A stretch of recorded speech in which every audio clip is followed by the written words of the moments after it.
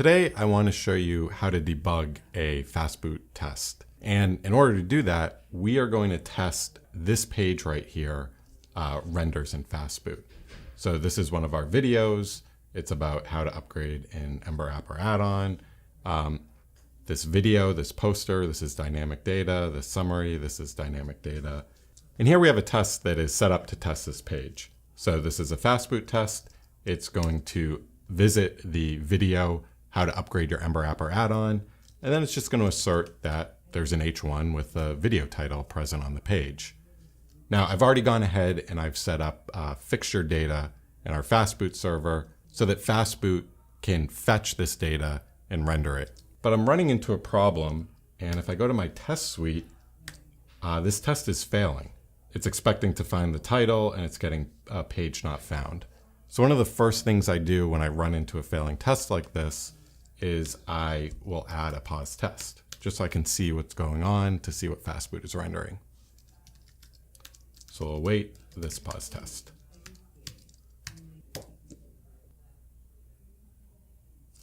And there we go. That's why it was finding page not found instead of the video title. This is rendering our 404 page, which makes me think that maybe Fastboot isn't fetching the data for this page. Now, normally in an Ember app, when this happens, I would open up the dev tools and I would expect to see some sort of stack trace or some sort of network request or some sort of Mirage debugging. But because this code is running in Fastboot, it's running inside of a node process, I'm not going to see that in my dev tools. All I'm going to see is a test runner, but the test runner is not actually rendering our app. Fastboot's rendering our app. So one of the things I do is I'll come over to the custom window that's running the Fastboot app. And we could see right there, I'm going to go ahead and refresh the page because the test timed out. But we can see here, there's clearly some sort of stack trace being printed. You know, I can see message, the adapter operation was aborted. And if you use Ember data, that's a kind of common Ember data error that you'll come across. I can see some stuff up here about Ajax, which is Fastboot's data fetching Ajax library. So that has a JQXHR error. So it'd be really awesome if I could see this stack trace. You know, I could actually interact with it instead of trying to like debug it in the terminal being printed out by Testum. So that's what we're going to do. What we need to do is we need to hook a debugger up to our Fastboot instance. And there's a trick for doing that. So let me show you. The first thing we're going to do is open the activity monitor and we're going to search for Ember. And this process right here is Testum running our Ember app. And we're going to grab this PID, the process ID of 1280. And what we're going to do is we're going to use that PID to send a signal over to that process to put that process into debug mode. And the way that works for node applications is you do kill-usr1 and then the PID, and that was 1280. So I'm going to hit enter here. And then I can see this line pop up. It says, for help, see this Node.js inspector URL. This is part of the output that happens when you put a node process in debug mode. So when you see this, you know that this thing is now in debug mode. So now if I go back to the browser, you'll notice that I have this Node.js icon right here. And if I click this, this is going to be a debugger, actual dev tools for my Fastboot instance running in Node. So now I'm going to have access to that error message, to that stack trace that we were seeing in terminal. So let's go ahead and rerun this test. And then if we go over to the console, look at that. We can actually see the error. And we can open it up. And there we go. The message, the adapter operation was aborted. You know, we can see this. We can interact with this. So we're already much further in getting down to the root of what's causing our bug. And this is so much easier to have dev tools than to go through a terminal with a bunch of stack traces. So now we can actually figure out why are we getting this 404 page instead of the video. What I'm going to do is I'm going to open up this stack trace and I'm going to see all the Ember lines that are running before this error happens. And because I'm expecting my page to fetch the video and I'm getting a page not found, I'm just going to go off the assumption that there's something wrong with my data fetching. So I'm going to look for lines that are related to Ember data. And if I scroll down here far enough, I'm going to see the REST adapter and its query method. So I can click this, and this is just Ember Data's REST adapter. This is how it's going to fetch data from the server. What I can do is I can throw a breakpoint right here. And that means when Fastboot runs this code, my inspector is going to pause and I can see what's going on inside of my Ember Data adapter inside of Fastboot. So let's see what this looks like. Rerun the test, and look at that. We're now paused on this breakpoint. I'm just going to rearrange things a little here.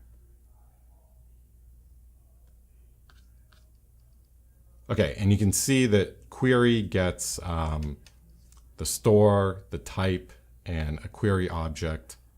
So let's look at the query object. And this looks good. This is how our route fetches data. So I don't see anything odd in here. And I'm going to remove this breakpoint, and I'm just going to keep going through this stack. So let's make this a little bigger. So here I see the Ajax function for the REST adapter. So let's open up this, and this is how the adapter is actually going to fetch data. Let's throw a breakpoint in here and see what this function looks like. So I think we need to hit play here so the browser can reload because it's caught on our previous query breakpoint. Okay, there we go. Now the browser caught our Ajax breakpoint once it reloaded. So let's look around at this. And here I have a URL, I have a type, and I have options. So let's look at like the options hash. This is, if you're familiar with $Ajax, this is a thing that gets used to make the Ajax request. So here I can see like the data, the slug that we're looking for, the include statement. I see it's a GET request. And then I see this URL down here. It's looking for HTTP ember-map-fastboottesting.localhost. So it's trying to fetch this data from this URL. And I'm not really sure what this URL is. I don't know where this came from. So I'm just going to go take this over to my terminal and do an Nslookup. Maybe I have like a host file definition for this. It can't be found. I wonder if I can ping it over HTTP because that's what Ember Data is trying to do. And there's nothing. So this is weird. I don't know where this is coming from. I think my next step is going to be to search the code base for this host name. Okay, and I can see it in the application adapter. And it looks like our application adapter is using this host name. I can kind of explain to you what's going on here. The host is a property of your Ember Data adapter that you can override to use a different host name. So by default, all Ajax requests are going to be relative, but you can specify a host if you're going to make a Ajax request to a different server for your Ember app. And we've done that in Fastboot, where we have this host as a computed property, and we say, look, if we're running in Fastboot and the environment is production, we're going to grab the host that Fastboot is using, and we're going to force Fastboot to make an HTTPS request with that host. And the reason that we do this in production is that when our Ember app is running in production, we don't want it making any HTTP requests. We want everything to be HTTPS in production. We want everything to be secure and encrypted by default. So we have this code to enforce that. It also looks like on the next line, we have this code that says, okay, if we're running in Fastboot and the environment is test, then use this host name. And, I think I had done this a while ago when I was first setting this up. I think I wanted a consistent host name when I was writing my Fastboot tests. But the problem with this host name, this URL, it doesn't exist. And so when we tell Ember Data to go fetch data using this host name, it's not going to exist, and we're going to get this error. We're going to get an error, an adapter error. And that's why we're seeing this. So that's why we're seeing this adapter error. It's because Ember Data is trying to make a network request in Fastboot to a page that doesn't exist. And so what we want to do here is I think we want to make our Fastboot host match the host of the browser that's making the Fastboot request. This is how our mental model of Fastboot works. If I'm asking embermap.com to render a Fastboot app, Fastboot should be rendering that app as if its host was embermap.com. So for testing, we're running localhost 7357. We're running the testim URL. And so I think we want Fastboot to kind of use this model. It maps to how Fastboot makes requests. So when we're in test mode, we want Fastboot to use this host because that's kind of how it will work in production. It will use the host of the browser making the request. And we don't need to specify that host. In fact, we can just get rid of this whole if-else part of our code. And now our host computed property will be null, which means Ember Data is going to use a relative Ajax request in Fastboot. Since it can't make relative Ajax requests in Fastboot, it's going to look at the host of the browser making the request, and therefore it's going to fill in localhost 7357. I've also set up localhost 7357 to serve fixture data for our video page, so that should complete all this. It should kind of close the loop on making Ajax requests. So let's save this, and then let's go back to our dev tools and hit play. I can see the Ember build output here, so I know my app was now saved and it's been rebuilt. So now when Fastboot is running this Ajax function, and I look at options, I see that relative request and the host name, the browser's host, gets used here. So let's continue through this. And there we go. In my pause test, I can now see the output, and this is the output I'm expecting. This is a video page, and if I resume tests, my assertion against this h1 tag should pass. And there we go. The test is now passing. So I'm going to go back to the test, and I'm just going to remove that pause test. And then I'm going to go back to the dev tools and remove my breakpoint.